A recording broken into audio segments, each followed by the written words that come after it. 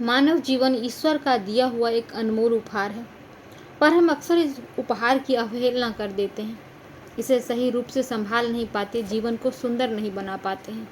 सब कुछ होते हुए भी असंतुष्ट रहते हैं, सब कुछ होते हुए भी रोते हैं, अशांत रहते हैं, मौन कभी रह ही नहीं पाते हैं, हर बात की व्याख्या में उलझे रहते हैं, बाल की खाल निकालते रहते हैं। अपनी समस्याओं की सुलझाने की शक्ति समाप्त हो चुकी है, लेकिन दूसरों की समस्याओं में, दूसरों के घरों में अपना सर, अपनी ऊर्जा, अपना समय सब खपाए हुए हैं। दूसरों को जज करना, दूसरों की आलोचना करना, दुखी रहना हमारी आदत बन जाती है। हर आत्मा का अपना संघर्ष है, हर आत्मा अपना संघर्ष कर रही है, अपनी पीड़ाओं से गुजर रही है। लेकिन यदि हम उसके दुख को कम नहीं कर सकते हैं तो कम से कम उसके दुख को सबके सामने अनावृत भी ना करें। याद रखिए, उम्र की गिनती सालों से नहीं होती है, बल्कि आपके गंभीर और संवेदनशील व्यवहार से मापी जाती है।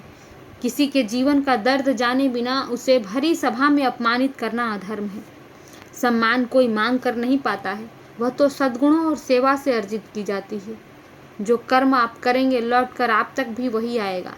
इस संसार में याद रखिएगा, माँ बाप के सिवा शायद ही कोई संबंध है जो पूरी तरह निस्वार्थ हो।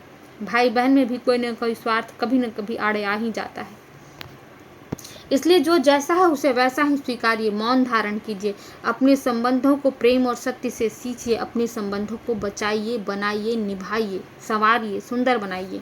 किसी के प्रभाव में आकर किसी को कटु वचन मत कहिए, किसी के प्रभाव में आकर किसी के प्रति अपने हृदय में बुराई मत सजाइए, किसी का मन मत तोड़िए, किसी के हृदय के शांत जल को बेचैन मत कीजिए। याद रखिए, जब पात्र भर जाएगा तो छलकेगा और वो आप पर भी आएगा। इसलिए किसी को उकसाइए मत, किसी के मन में भ्रम और पीड़ा का बीज मत बोइए। मानसिक पीड़ा देना भी पाप है, किसी का दिल दुखाना भी पाप है। इसलिए मौन को अपनाइए और अपने हृदय को प्रेम से सजाइए, ईश्वर को बसाइए।